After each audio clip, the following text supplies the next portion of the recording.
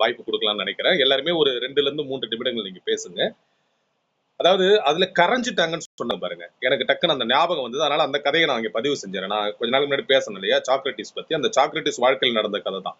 இந்த சாக்ரட்டிஸ்ட ஒரு மாணவன்கிட்ட போயிட்டு ஒரு மாணவன் கேட்கறான், ஒரு மாணவன் எப்படி இருக்கணும்? ஏன்னா முன்னாடியே சொல்லிட்டேன்.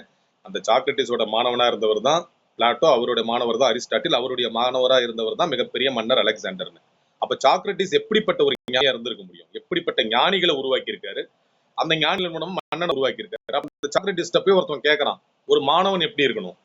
அப்ப அந்த சாக்ரட்டிஸ் அவருக்கு சொன்ன விடை ரொம்ப அற்புதமான விடை. அது எல்லாருமே தெரிஞ்சுக்கணும். குறிப்பா ஆசிரியர்களாகிய நீங்கள், மாணவர்களே நாம மனிதர்களா ஒவ்வொரு நிமிடமும் வாழ்க்கையை கற்றுக்கொண்டிருக்கின்ற மாணவர்கள் தான் நம்ம மனிதர்கள் எல்லாருமே. அவர் சொல்றாரு, கொக்கு மாதிரி இருக்கணும், கோழி இருக்கணும், உப்பு மாதிரி இருக்கணும், ஒன்ன மாதிரி இருக்கணும்ன்றாரு. கொக்கு மாதிரி இருக்கணும், கோழி மாதிரி இருக்கணும், உப்பு மாதிரி இருக்கணும், ஒன்ன மாதிரி இருக்கணும்ன்றாரு. அவருக்கு புரியல. கொஞ்சம் விளக்கமா சொல்லுங்க ஞானியே அப்படின்னு கேட்கும்போது சாக்ரட்டிஸ் ரொம்ப அற்புதமா இதை வந்து ஒரு புத்தகத்துல நான் படிச்சேன். எனக்கு ரொம்ப கவர்ந்துச்சு. பல இலக்கிய மேடைகள்ல குறிப்பா மாணவ செல்வங்கள்ட்ட நான் அதை அடிக்கடி பேசுவேன். ஒரு கொக்கு பாத்தீங்கன்னா பொறுமையோட காத்துட்டு இருக்கும் தன்னுடைய இறைக்காக. அது எப்ப தன்னுடைய இறை வருதோ சரியான நேரத்துல கவனத்தை செலுத்தி அந்த மீனை பிடிச்சிரும். அதான் நம்மளுடைய வள்ளுவன் அந்த காலத்துல 2000 வருஷத்துக்கு முன்னாடி எழுதினார். ஏறக்குறைய சாக்ரட்டிஸ் காலத்துல வாழ்ந்த கொக்கு கும்பம் பருவத்து குத்தொக்க சீர்த்த எடுத்துனார். குறிப்பா காலமறிதல் அதிகாரத்துல. அப்ப அந்த கொக்கு வாய்ப்பு கிடைக்கும் போது அதை சரியா பயன்படுத்துறவராக இருக்கணும். சரியான முறையில கவனத்தோட செய்திகளை தெரிஞ்சு கொள்றாரு. கோழி மாதிரினா கோழி குப்பையை கலரும், ஆனா குப்பையை சாப்பிடாது. அந்த குப்பையில எதை சாப்பிடணுமோ அதை தான் சாப்பிடும். நேத்து கூட சென்சார் போர்டுல ஒரு அற்புதமான படத்தை பார்த்தேன். ஆக்சுவலா சொல்லக்கூடாது வெளிப்படையா, இருந்தாலும் எல்லாம் நம்மளுடைய தமிழ் முது சொந்தங்கள்ன்றதுனால வெளிப்படையா சொல்றேன். செப்டம்பர் 12ஆம் தேதி அந்த படம் வெளியாகுது. அந்த படத்தின் பெயர் தணல். வாய்ப்பு இருந்தா நீங்க பாருங்க. ஆக்சுவலா சென்சார் போர்டு எப்படி சொல்றது, நிபந்தனைப்படி அதை சொல்ல இருந்தாலும் நம்ம ஆளுமைகள்ன்றதுனால சொல்லிட்டா அற்புதமான படம். ஆக்சுவலா யூஏ சர்டிபிகேட் தான் அந்த படத்துக்கு கொடுத்தேன். ஆனா அவ்வளவு தத்துவங்கள் அதுல இருக்கு. பல விஷயங்கள் இருந்தாலும் கூட அதுல ஏற்றுக்கொள்ள வேண்டிய கற்றுக்கொள்ள வேண்டிய பல விஷயங்கள் இருக்கு. அது மாதிரி பல படங்கள்ல நம்ம பார்க்கலாம். அப்ப கோழி குப்பையை கிளறும், ஆனா குப்பையை ஃபுல்லா சாப்பிடாது. குப்பையில எது தேவையோ அதை மட்டும் தான் சாப்பிடும். அப்படி உன்னுடைய வாழ்க்கையில நீ எவ்வளவு விஷயத்த வேணாலும் தெரிஞ்சுக்கலாம், எவ்வளவு விஷயத்த வேணாலும் படிக்கலாம். ஆனா எது தேவையோ அதை மட்டும் தான் நம்ம மைண்ட்ல ஏத்திக்கணும். அதை மட்டும் நம்ம கடைபிடிக்கணும்.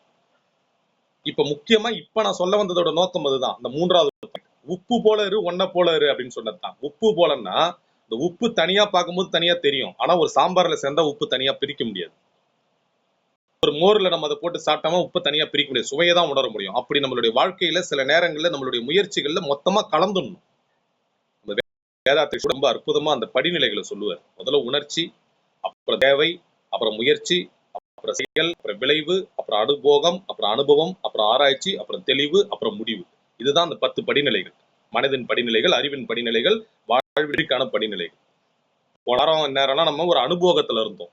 எல்லாருமே அனுபோகமா அதை அனுபவிச்சோம். அந்த நேரத்தை அனுபவிச்சோம். அது அனுபோகம். ஆனா இன்னைக்கு அது அனுபவம். இதுக்கப்புறம் எல்லா நேரமும் அது அனுபவம் தான். ஆகஸ்ட் 23 இரவு நம்ம எல்லாருமே தமிழ் முது புலன குழுல இருந்தோன்றது அனுபவம் ஆயிடுச்சு இப்போ.